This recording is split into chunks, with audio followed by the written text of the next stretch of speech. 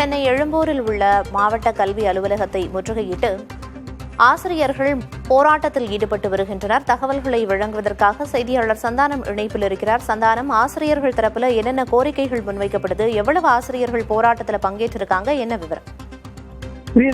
சென்னையில தொடர்ந்து 2வது நாளாக இடைநிலை பதிவு மூப்பு ஆசிரியர் இயக்கம் சார்பாக தற்போது போராட்டம் என்பது நடைபெற்று வருகிறது.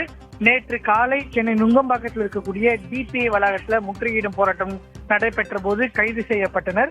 இன்றும் 2வது நாளாக சென்னை டிபிஐ வளாகம் முழுவதுமாக காவல்துறையினர் பாதுகாப்பு பணியில ஈடுபட்டு வந்த நிலையில அவர்களுக்கு தெரியாமல் சென்னை மாவட்ட கல்வி அலுவலர் வளாகத்தை திடீரென முற்றுகையிட்டு இடைநிலை பதிவு மூப்பு ஆசிரியர் இயக்கம் சார்பாக தற்போது 1000க்கும் மேற்பட்ட ஆசிரியர்கள் போராட்டத்தில் ஈடுபட்டு வராங்க. இடைநிலை ஆசிரியர்களுக்கு இடையே இருக்கக்கூடிய ஊதிய வேறுபாட்டை களைய வலியுறுத்தியும் திமுகவினுடைய தேர்தல் வாக்குறுதி 311 நிறைவேற்ற வலியுறுத்தி தற்போது தொடர்ந்து 2வது நாளாக இந்த போராட்டம் என்பது நடைபெற்று வருகிறது. அனுமதியின்றி இந்த போராட்டம் நடத்தப்படுவதன் காரணமாக தற்போது தொடர்ச்சியாக காவல்துறையினர் ஆசிரியர்களை குண்டுக்கட்டாக கைது செய்து பேருந்துல அழைத்து செல்றாங்க. நேற்றே கைது செய்யப்பட்டு சென்னையினுடைய பல்வேறு பகுதிகளுக்கு பேருந்துகள்ல அழைத்து செல்லப்பட்ட ஆசிரியர்கள் நேற்று இரவு தான் விடுவிக்கப்பட்டிருந்தாங்க. தற்போது 2வது நாளாக இந்த முற்றுகை போராட்டத்தில் ஈடுபட்ட ஆசிரியர்களை தற்போது கைது செய்யும் பணியை காவல்துறையினர் தொடங்கி இருக்கிறாங்க.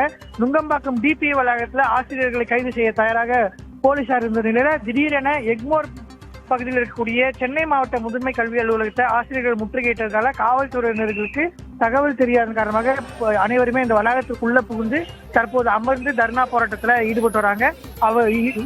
ஆசிரியர்களுக்கு இடையே இருக்கக்கூடிய ஊதிய வேறுபாட்டை களைய வேண்டும் என்ற ஒற்றை கோரிக்கையை வலியுறுத்தி தற்போது தொடர்ச்சியாக இந்த சங்கம் சார்பாக போராட்டம் நடைபெற்று வருகிறது. விரிவான தகவல்களை வழங்கியதற்கு நன்றி சந்தானம்.